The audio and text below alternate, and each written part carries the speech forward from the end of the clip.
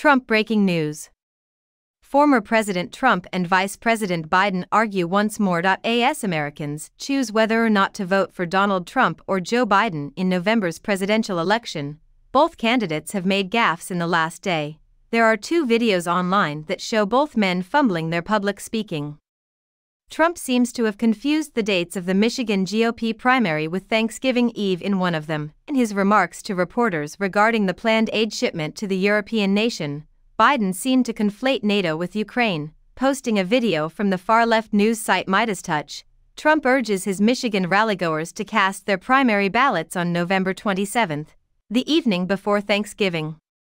Trump does clarify, just before the gaffe, that the Michigan GOP primary will really be on February 27. Using the website's contact form, Newsweek reached out to Trump's office for comment. At an undisclosed location, Biden seemed to mix up NATO with Ukraine while speaking with reporters.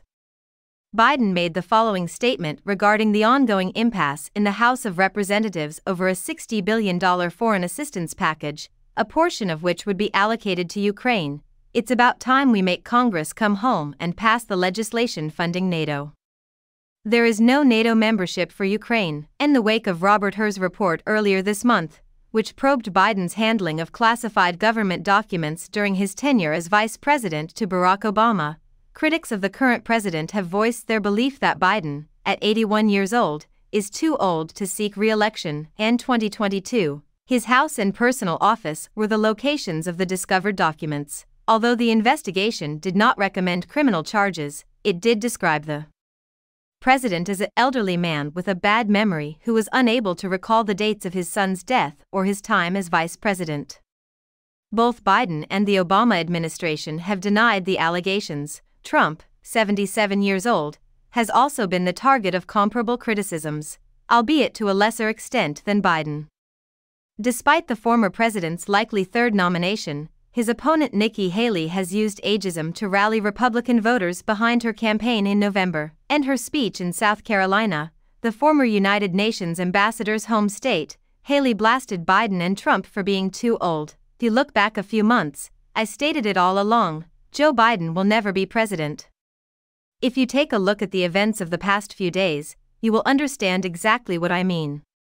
That we're dealing with a person whose memory is deteriorating, degraded. She informed reporters, Joe Biden isn't the only one involved. Everything about Donald Trump, his rage tantrums, the times he mistook Nancy Pelosi with him, and so on, is comparable. We need a leader from a different generation now.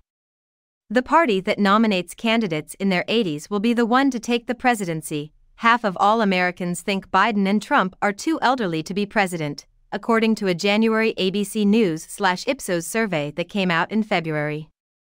In contrast to Trump's 30%, 27% of people think only Biden is too elderly to run for re-election. It is still possible that Liz Cheney could run for president. On Sunday's CNN State of the Union, former Republican Representative Liz Cheney announced that she had not ruled out running for president in 2024.